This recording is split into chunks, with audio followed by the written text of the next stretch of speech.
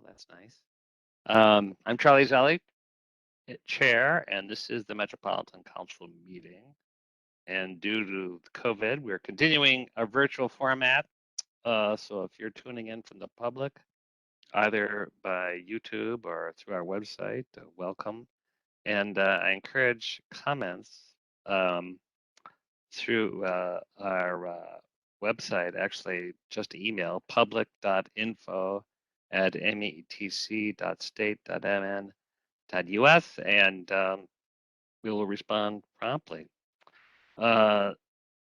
Due to the virtual nature, we're going to establish quorum by calling the roll. And Liz is out of town, so Bridget, is that you? Can you hear me? Yes, now I can. Yes.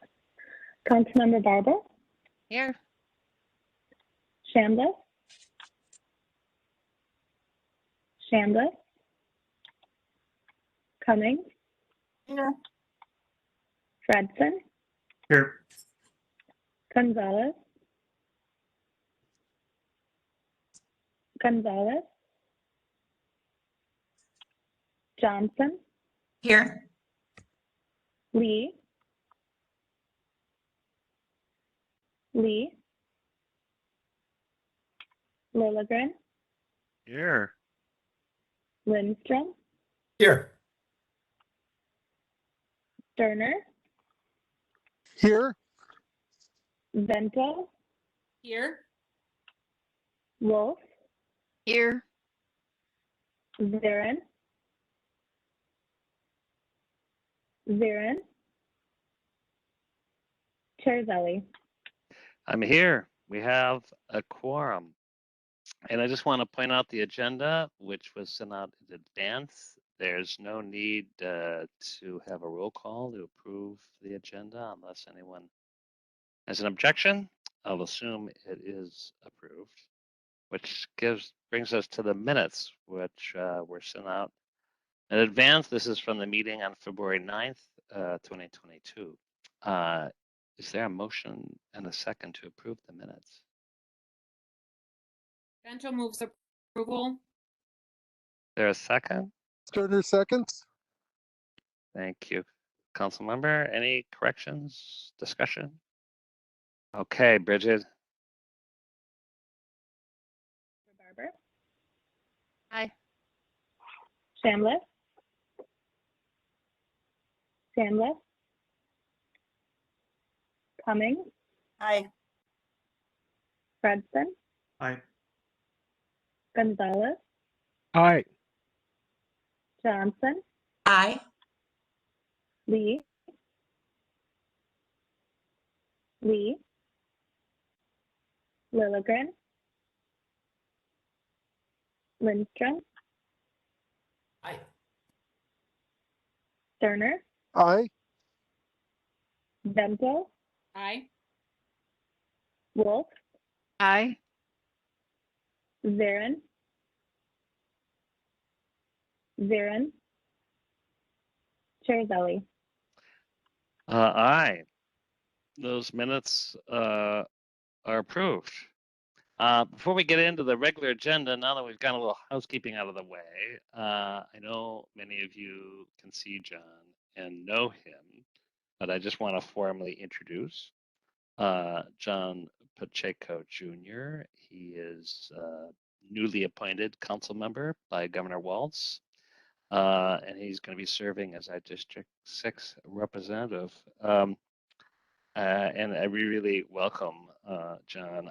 He just for a little background, so in case you all don't know him, he is currently the president of the Latino Chamber of Commerce for Minnesota, and he actually helped found that chamber. He is also a principal with Pacheco and Associates.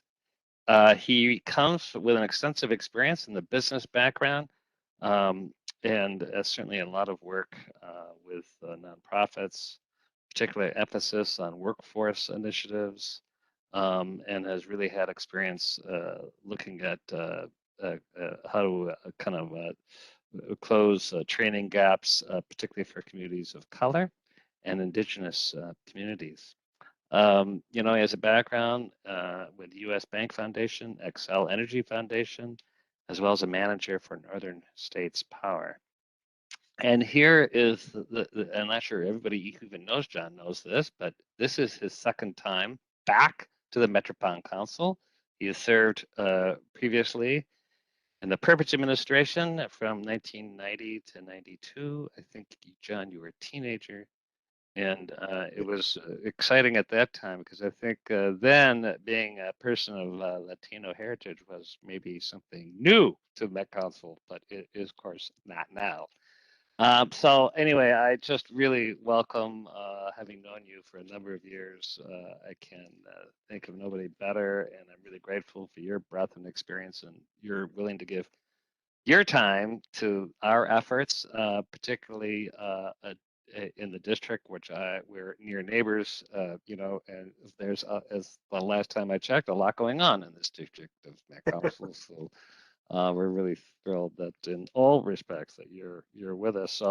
So everyone, just please join me in welcoming John. You are officially a council member on March 1st, but we really invited John here just to kind of be our guest and to welcome you. So, and I'm sorry we're not in person. That day will happen. But I don't know if you want to say hello, John. I think you already have a little bit. It's great to see you in your attic, but we'll see you at the chamber soon.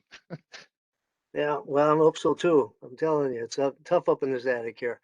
But yeah, well, I'm really looking forward to joining you all over there. It's I'm by way of background, as you could tell, but I have a varied background, but mostly it's what connects it all is public service and working within the community. You know, I started in the nonprofit world, and maybe I was little then, but it was in 1973.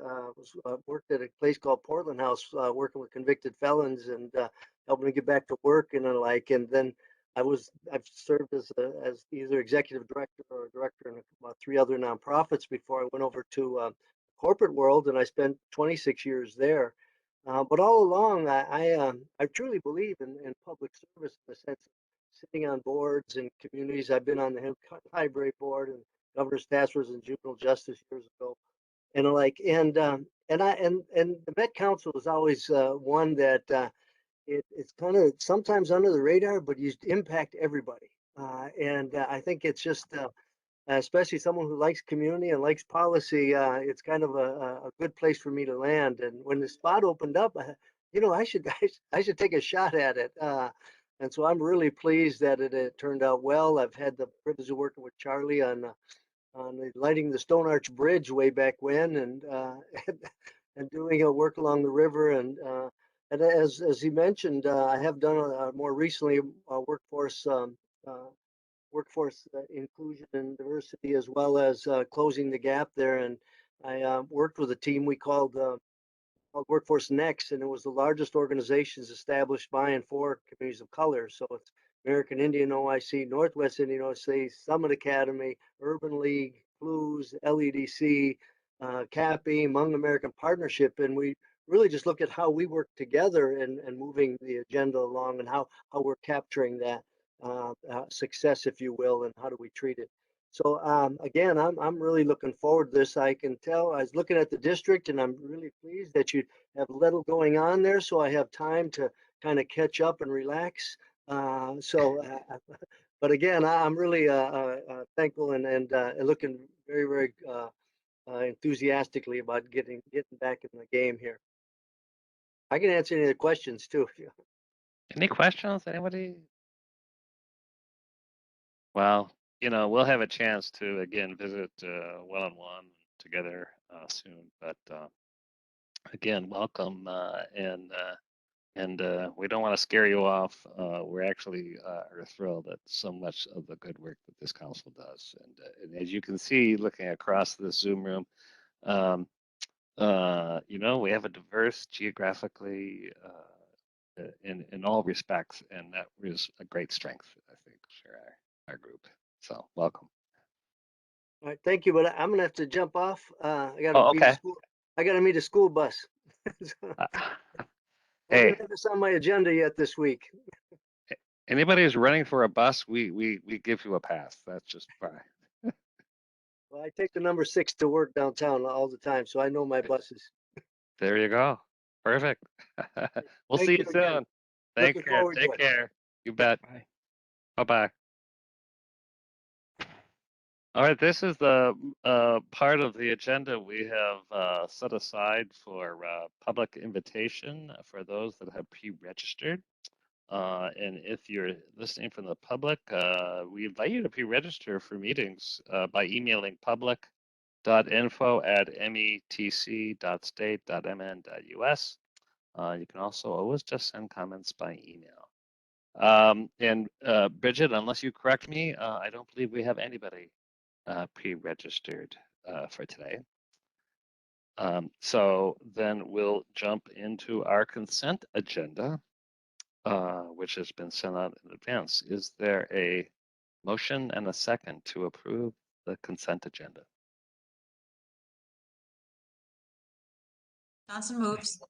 Wolf seconds. Thank you. Thank you. Any discussion? All right, hearing none. Bridget, please call the roll. Councilmember Barber, Aye. Shambla, Cummings, Aye. Fredson, Aye. Gonzalez, Aye. Johnson, Aye. Lee, Lilligren, Aye. Lindstrom, Aye. Turner, Aye. Bento, Aye. Wolf, Aye. Zarin, Chair Zelli. Aye.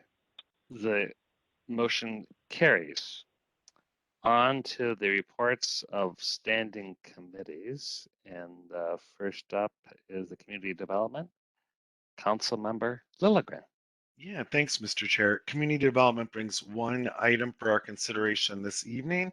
It's business item 2022-40. It's the Livable Communities Local Housing Incentive Account Award Recommendations, or LHIA. The recommendation is to award $8 million in LHIA funding to support 6 multifamily rental and 4 single-family ownership development projects. And Mr. Chair, with your permission, first I would like for Ms. Ashley Johnson from our staff to present on the projects recommended for award this year. And Ashley is a senior planner. She's presented to us before, and she's here to provide that presentation, Mr. Chair. Great. Welcome, Ashley. I'd love to hear your presentation. Thank you, Chair Zelli. Can everyone hear me okay? Yes. Perfect. So good afternoon. I am Ashley Johnson. I am the manager of the Local Housing Incentives Account, or LHIA, on the Livable Communities Act team. And here we have our 2021 funding recommendations. We gave this presentation earlier this month to the Community Development Committee, or CDC, and we are excited to share our project recommendations with you today. Next slide, please. So today's presentation has 3 parts. First, I will give a brief overview of the LHIA application and evaluation process, and then we'll hop into the funding recommendations and then get into individual projects in our project summary section. Next slide, please. Okay, our application and evaluation process. So here you can see 3 buckets or categories of applications that we consider in our application process. So first, and on the left, as always, since the start of LHIA, we consider applications to Minnesota Housing's Consolidated Request for Proposals, or the Consolidated RFP. And these applications, they're requesting both state funding resources, so such as LIHTC or low income housing tax credit funds or housing infrastructure bonds, and LHIA. So moving to the middle bucket, by working with our partners at Minnesota Housing for 2021, we were able to allow applications to the RFP for projects only requesting LHIA funds, which was really exciting. And this allowed us to consider projects that have been awarded Minnesota Housing funds in prior years, but had an additional gap to fill, or projects that were being primarily subsidized with resources outside of Minnesota Housing, but had additional gaps to fill. And then on the right, since 2018, we've also considered projects receiving low-income housing tax credits from suballocators. And so that's not from Minnesota Housing for LHA awards. And suballocators are City of Minneapolis, St. Paul, Washington, and Dakota counties. So moving to our little circle in the middle, we review all applications for their ability to meet LHIA priorities from these three areas or buckets of where applications come from. And what we're checking for is that projects provide rental housing at or below 30% of AMI. We're looking for proposals that serve large families by providing 3 or more bedroom units, proposals serving those experiencing long-term homelessness, and LHIA provides gap funding for these projects for hard costs specifically. We also consider how well a proposal meets the applicant's city, that need for affordable housing over the 2021 to 2030 decade. So we look at affordable housing need as a policy area as well. Next slide, please. So we'll hop into our funding recommendations, and I'll pause in a little bit, but to hop into the funding recommendations, we'll begin by showing the number of applications submitted and recommended for funding by us in Minnesota Housing through the 2021 consolidated RFP process. So as you can see on the left, those are the applications submitted in the metro region. And then on the right, those were what was recommended for funding. So about 31 applications you can see on the total row at the bottom went unfunded this year, which illustrates the sustained need for affordable housing in our region. Next slide, please. So before we get into the full slate of LHA award recommendations, this slide reminds us of the funding available for 2021. 2021 was another unprecedented year in terms of LHIA funding. In 2019, we had 2.5 million. In 2020, we had 5.5 million. So, and the base amount for this account is 1.5 million. So this year, we are proposing to fund 6 multifamily rental projects and 4 single-family ownership projects with 8 million in LHIA grants. So we have a breakdown of specific projects and dollar amounts on the next slide. So here is an overview of our LHIA funding recommendations for this year. So the project names are on the left, the city or the applicant is listed in the middle, and the funding amounts are on the right. So that's 6 multifamily rental at the top and then 4 single-family ownership projects at the bottom. And the multifamily rental projects range from Minneapolis, St. Paul, St. Louis Park, Rogers, and Edina. And our single family ownership projects, we have 3, oh, I think the slide changed. You mind going back to the previous slide? Yep, okay. We have 3 scattered site projects at the bottom in the single family ownership area. And those are in Washington, Dakota County, and suburban Hennepin County. We have 1 project in St. Louis Park.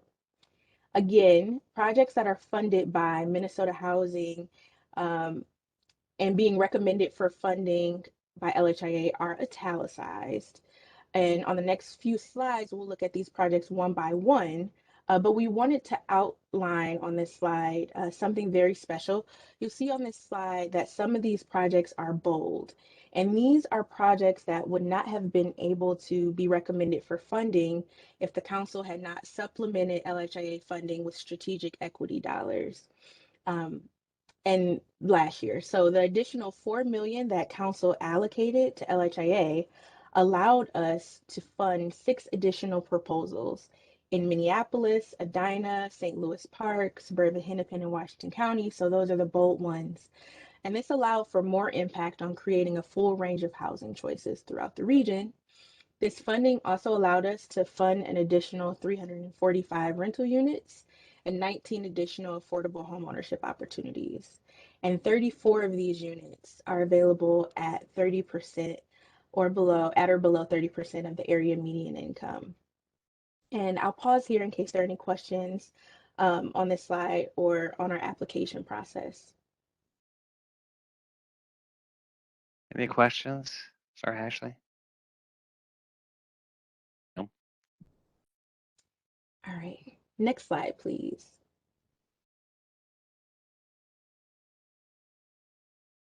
So a summary of these projects are included at the end of the committee report beginning on page 9. But before going through these projects, we have 2 housekeeping notes. So first, we have 3 revisions that staff have identified on the business item between our February presentation and today. So these are noted on the second page of the committee report, but I wanted to note that the City of St. Paul was listed on page 9 as the local match provider for the Minneapolis Public Housing Authority family housing expansion process or project instead of the City of Minneapolis. Second, the applicant for Minnetonka Boulevard redevelopment, which is a single family project, was listed as the City of St. Louis Park CDA instead of St. Louis Park EDA. And lastly, finally, in the program summary of page 17, the applicant has been changed from West Hennepin Affordable Housing Land Trust to the City of Minnetonka for West Hennepin Affordable Land Trust. So those 3 housekeeping notes for the business item. And then before hopping into the projects, I'd like us to keep in mind LHIA's priorities. Rental housing for people with incomes at or below 30% of AMI, which is about $31,000 a year, and then for income, and then proposals that serve large families by providing 3 or more bedroom units, those experiencing long-term homelessness, and then that LHIA provides gap funding for the projects. Okay, so our first project that we are recommending for funding is Minneapolis Public Housing Authority Family Housing Expansion, or MPHA Family Housing Expansion Project. So this project we're recommending for $1.4 million. And this is a really cool project. It's a new construction of 4 to 6 unit buildings, and that's over 16 sites across the city of Minneapolis. So you can see what some of these buildings may look like previously and what they like to do in terms of new construction at the bottom of the image there. So that's 84 total units of affordable housing at or below 30% of AMI. And they will also serve high priority homeless individuals and provide housing vouchers. And these units will be 2 to 3 bedroom. Next slide, please. Our next recommendation is Mary Hall in the city of St. Paul. And we are recommending this project for about 1.2 million. And this is a preservation project. So we will, the plan is to renovate this building and provide supportive housing. So 88 units, all affordable at or below 30% of AMI. And this project will serve people exiting Ramsey County's coordinated entry system and also provide permanent supportive housing. And this site, Mary Hall, will have 24/7 on-site services and will provide efficiency and 1-bedroom units. Next slide, please. Our third multifamily project is Rise on 7, and this is in St. Louis Park. We're recommending $950,000 for this project. It's a new construction project with 120 units of affordable housing. The units range. This is a mixed income property, but all affordable. Between 30 to 70% of AMI, and it'll serve high priority homeless individuals and include an early childhood center and commercial space in the building. And the units are 1 to 3 bedroom, and Rise on 7 was supported also by LCDA funds. So across LCA programs, we have supported this project, Rise on 7 in St. Louis Park. Next slide, please. Next, we have Curie Commons in Minneapolis, and we're recommending that to be awarded $1.25 million. It is a new construction project of 187 units, affordable at or below 30 to 80% AMI. And this project will serve high priority homeless individuals, persons with disabilities, and families with children. So a great mix of people will live in this building, and the units are efficiency to 3 bedrooms, so a range of size units as well, and include MPHA vouchers. Next slide, please. So the next two projects are senior projects. So Rogers Main Street Senior Housing, we're recommending this project for $1.5 million. It is also a new construction project with 40 units of affordable housing for seniors at or over the age of 55 years old. And the affordability range is 30 to 50 AMI. And this project aims to provide permanent supportive housing and also include a senior sitter in the building. The unit sizes are between efficiency and 2 bedrooms. Next slide, please. Our last single family our last multifamily project recommendation is Cornelia View Apartments, and we are recommending about 712,000 to Cornelia and Edina. And this is a new construction project of 118 units, affordable at or below 30 to 80% of AMI, also for seniors, serving high priority homeless and providing permanent supportive housing. So seniors will have on-site services in this project, and the units are between 1 to 2 bedroom. Next slide, please. Hopping over to our single family project recommendations, we have 4 of these. The first is Minnetonka Boulevard redevelopment in St. Louis Park, and we're recommending about $257,000. And this is a homeownership project, new construction, and this is for 8 units in 4 twin homes. So twin homes are, I just learned what these are. They're identical homes on 2 different lots. I've never seen this before, but I thought it was really cool. And they will be affordable at or below 80% of AMI, and each of the twin homes will have 3 to 4 bedrooms. Next slide, please. So our next proposal is Twin Cities Habitat for Humanity, another unique project, collaboration between Dakota County and Twin Cities Habitat for Humanity, where they have a number of lots and homes that they have acquired, and they aim to rehab those homes. And it's a really cool partnership. We are recommending funding for $500,000 to support the development of 10 homes, affordable at or below 80% AMI.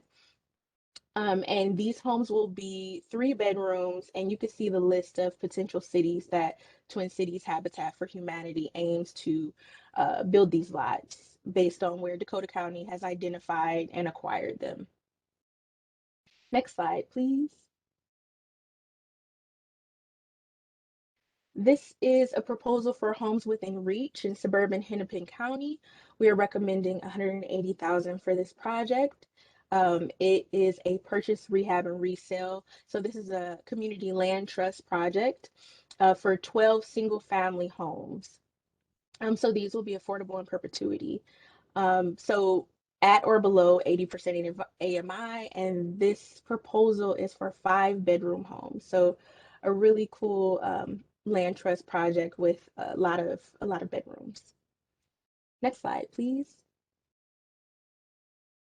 Our last single family project recommendation is Own Street Home in Washington County.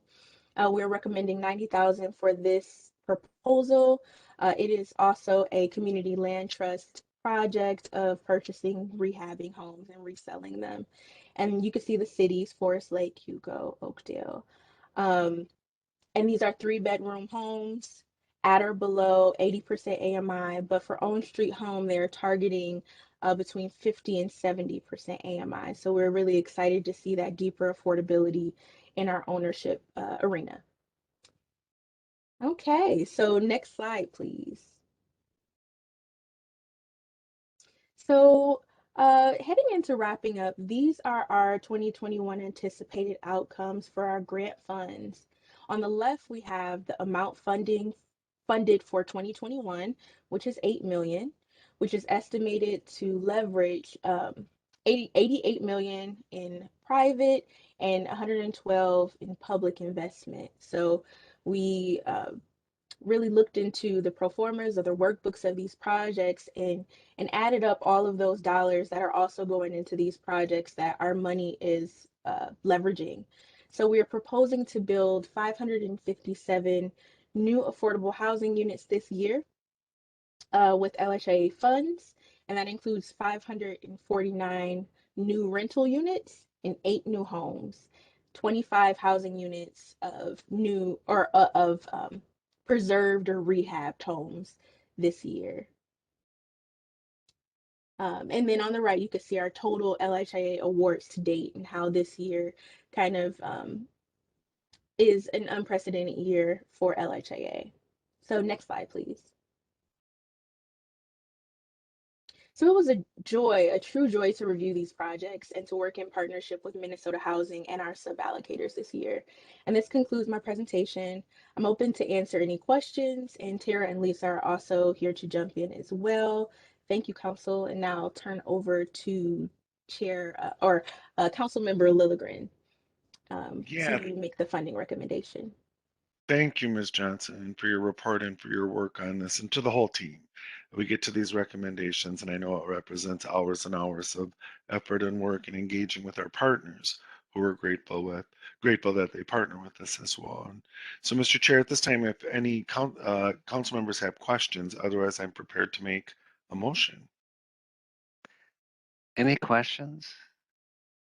I know I have just a couple questions, actually. This is such a great presentation. It's so wonderful to see these beautiful structures. I mean, this is, I think this kind of exciting in that we're doing deep affordability down to 30% AMI.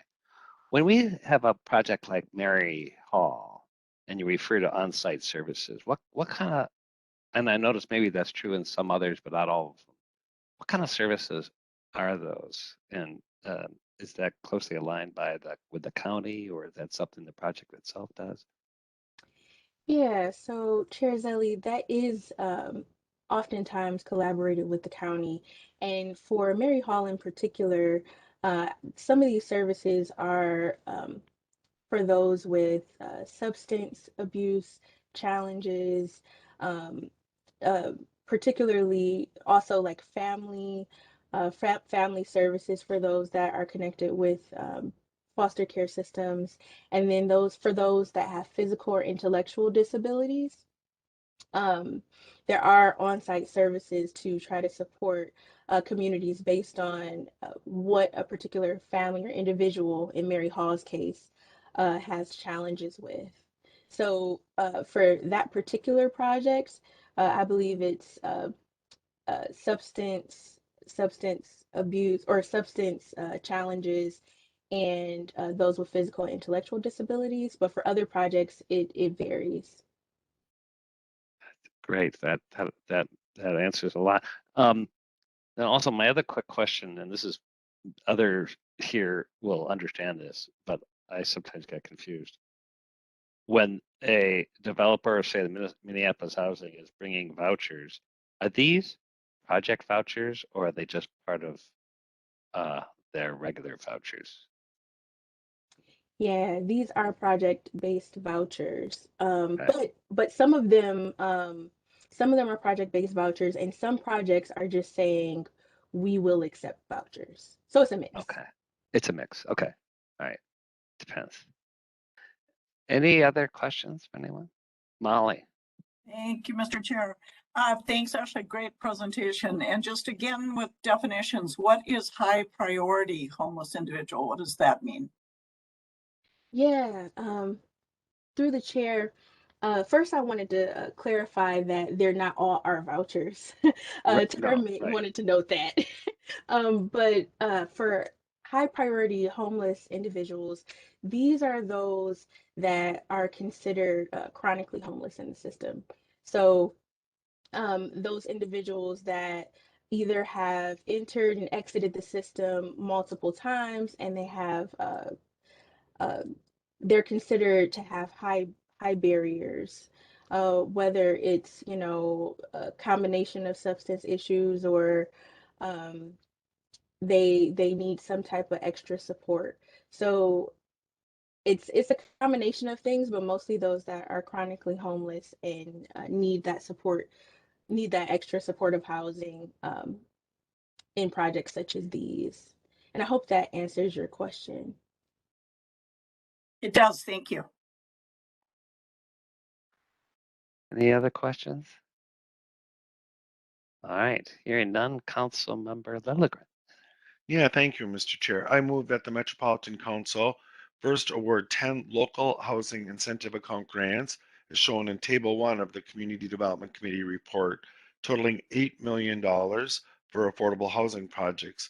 And secondly, that we authorize the Community Development Director to execute the grant agreements on behalf of the Council. Thank you. Is there a second? Bento seconds. Thank you, Council Member. Any last discussion, questions? All right, hearing none. Bridget, call the roll. Councilmember Barber.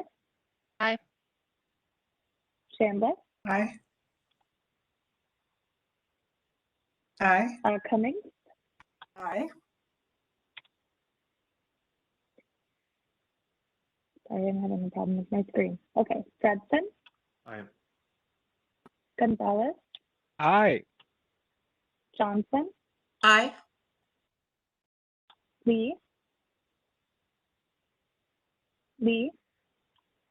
Lilligren. Aye. Lindstrom. Aye. Sterner. Aye. Vento. Aye. Wolf. Aye. Zarin. Chair Zelli. Aye, that motion carried. And congratulations to the whole team, Ashley, for the great presentation. And this was wonderful work. Well, that takes us to the Environment Committee. Councilmember Lindstrom. Thank you, Mr. Chair and members. Today we have business item 2022-41. This requests the adoption of the facilities plan for the new Hastings wastewater treatment plant. This is project number 809800, and this proposed facility plan recommends relocating the Hastings wastewater treatment plant from downtown Hastings to council-owned property at 2445 Ravenna Trail in Hastings. This new location will allow the plant to expand to meet long-term growth and future regulatory requirements. Work of the facility plan is grouped into three categories. We have a new lift station and conveyance system. We have the new plant itself, and then decommissioning of the old or the existing wastewater treatment plant. We're going to have construction here from 2024 through 2028. And this facility plan was available for public review starting in December 22nd, 2021, and we held a virtual public hearing on January 5th, where about 20 people attended. The public comment period ran from December 5th through January 18th, and we received a bunch of great questions about the decommissioning of the plant, noise and odor, and things of that nature. Following adoption, the plan will be submitted to the Minnesota Pollution Control Agency, in conjunction with an application for placement on the project priority list for funding through the Clean Water Revolving Loan Fund, beginning in fiscal year 2023.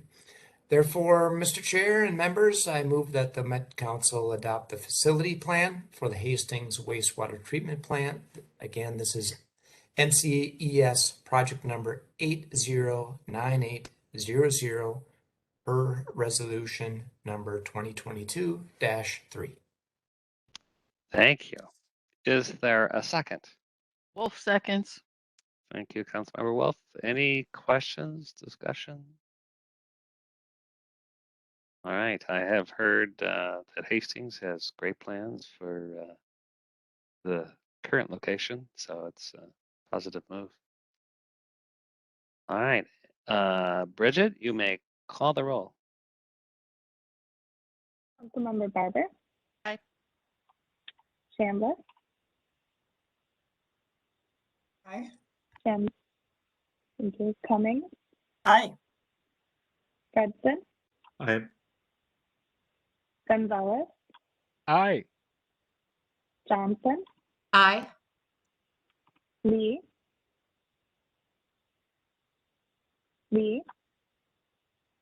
Lilligren. Aye. Lindstrom. Aye. Sterner. Aye. Vento. Aye. Wolf. Aye. Zarin.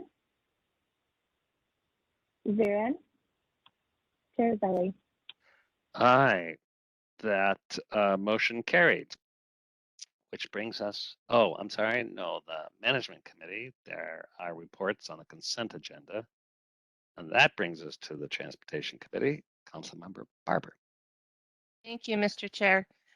Mr. Chair, council members, business item number 2022-38 is regarding the approval of the Purple Line Engineering and Project Management Services contract. Public engagement and planning for the project dates to the late 1990s when the project was considering routes as far north as Hinckley through Rush City and has been ongoing ever since. A locally preferred alternative for a bus rapid transit line between downtown St. Paul and downtown White Bear Lake was recommended collectively in May 2017 and endorsed individually by the corridor municipalities and county later in 2017. In 2022, that endorsement was generally reaffirmed through municipal votes of support for the preliminary design plans. The local lead agency role effectively transferred from the county to the council in December 2021 when the FTA entered the project into the Federal Capital Investment Grants Program as a New Starts project. In late November, the White Bear Lake City Council failed to pass a resolution to pause the project. Last night, the White Bear Lake City Council tabled a resolution of opposition to the project after it was clear there were not enough votes to pass it. The council and the county will continue to engage with the city of White Bear Lake over their concerns with the project. This contract provides necessary consultant support to allow the council to advance the project the county has led for over 2 decades into revenue service and operation in the years to come. The contract's professional and technical expertise will be critical to assisting the council and its project partners to deliver the strongest possible project for the region. Therefore, Mr. Chair, I move that the Metropolitan Council authorize the regional administrator to negotiate and execute contract 21P242 with Kimley Horn and Associates Incorporated to provide design, engineering, and project management services for the Metro Purple Line Bus Rapid Transit Project in an amount not to exceed $34,998,088. Great, thank you. Is there a second? Yes, Vento seconds. Thank you, Councilmember Vento. Any questions? Thoughts? All right, hearing none. Bridget, you may call the roll. Councilmember Barber. Aye. Chambliss. Aye. Cummings. Aye. Fredson. Aye. Gonzalez. Aye. Johnson. Aye. Lee. Lilligren. Aye. Lindstrom. Aye.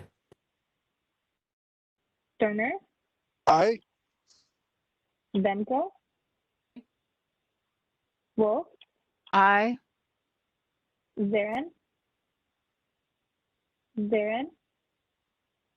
Chair Zelli. Aye, that motion carried. Which brings us to our reports. Does anybody have anything they would like to share? All right, how about Mary is here, our regional administrator? Hello, Mr. Chair. Today, just a shout out to our project team for the Green Line extension. It's been a crazy couple of weeks and kind of a stressful job, and they're working really hard, and I just want to make sure the council knows how dedicated and hard they're working. Thank you for saying that. And how about Ann Bloodheart? You have anything? Thank you, Mr. Chair. I have no report. Well, that takes us to the end of the meeting. I will oh, Councilmember Vento, please. Thank you, Mr. Chair. I want to ask a quick question about conversations related to when we might go back to in-person meetings. I don't want to push it, but I'm just curious whether or not there's anything going on. I'll take the first crack at that, and maybe Mary, you can follow up. There has been a conversation with the state, both the governor's office and MMB, to think about opening up state buildings in April. We'll probably get a notification of that soon. I think we'll generally follow the state, and that means that every agency would kind of manage its own kind of hybrid transition on its own. So I think that is something that we should be discussing among ourselves as to how comfortable we feel in terms of all the committee meetings, council meetings, advisory board meetings, and I foresee probably a transition period of some meetings in person, some meetings virtually, but it's a really good question. And I think we're kind of now, you'll see it in all sectors, are starting to think about what those dates are going to be. But I would say in the next, think about something in the next 60 days. Mr. Chair, I'll just add to that a little bit. In today's agency leader call, very consistent with that in opening up state buildings for public access in kind of that mid to late April timeframe. In terms of public meetings, just a conversation about balancing public access with safety. The state wasn't ready to talk about masking and testing protocols yet, although the numbers are looking really good, and so they're trying to balance that again with safety concerns and having unvaccinated access into public buildings. So they weren't quite ready to talk about the masking and testing yet, but getting much closer, expecting probably even this week to announce a date for openings, public access to state buildings. Thank you. Okay, any other, Councilmember Fedson, is that your hand?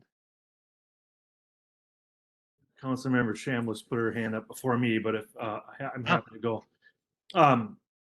I was just going to say, I think it would be good to look at a hybrid option for the general public. I know we don't have a lot of folks that participate in public hearings, but I think offering that, just observing or participating in the legislative process, I think that's a really useful outcome from the pandemic, letting people who may not be able to get to the headquarters, right, still participate in the meetings. And then the second thing is I hope you and leadership would consider even accommodating virtual or hybrid options for staff, just kind of reflecting on our first year at the headquarters. And a lot of times there was a lot of staff in the room, and, just knowing that they could be working on other stuff. And then in the event that their name was called or whatever, to help answer questions, maybe that's one thing we could do to sort of lighten the load on them. So. Great thoughts. Yeah, great. Councilmember Chambliss, I'm sorry I didn't see your hand first. Oh, You no are. worries, no worries. Same topic. I think giving the staff, some flexibility would be very useful in a way that they can still, provide support and answer questions. Maybe a hybrid option there. Also, any consideration regarding social distancing for people that are in the audience and also for council members. If we could do that, I think that would make things much more comfortable. Yeah, great thoughts. And then I have one other thing. Sure. And I don't know if this has been brought up since I was having trouble logging in on the phone at the beginning regarding the governor's appointment to District 6. We had the great honor to have John Pacheco visit with us at the beginning, so I'm sorry you may have missed that. Okay. Hello. It's effective March 1st, so we will see him next week. But we're all thrilled, and those of us who know him know what he's had a lot, and I think he feels very enthusiastic. Okay, and so let me put my comment in that I'm very excited to have him join our Met Council. From his background and the interviews that I watched, I was very impressed. And I think we'll definitely be getting him as an asset to our council. And as the saying goes, he will hit the ground running because there's plenty to do. Thanks. Any other thoughts? I just echo Mary's comment about the Green Line extension, the staff, the project team, and frankly, a lot of the executive group has been spending a lot of time thinking through how we can advance this project in a thoughtful way. And I would kind of extend that to a lot of council members. We all have a different kind of a relationship with the project, and I know we've all gotten emails from some constituents who say, where are we exercising our fiduciary duties? And I know different council members are in different places, but there's a number who are really deeply engaged in this project, it's on a daily basis. So I just want to thank those and everybody that we obviously didn't ask for a difficult budget overrun and kind of scrutiny it takes, but I think we're open to the scrutiny, and we know that we have the right team addressing this. And I just feel very honored that we're in this room, and that we're not going to leave until we kind of figure it out. So it's really a great testimony to all of us. And then on that note, unless there's anything else, I know we're going to see you all soon.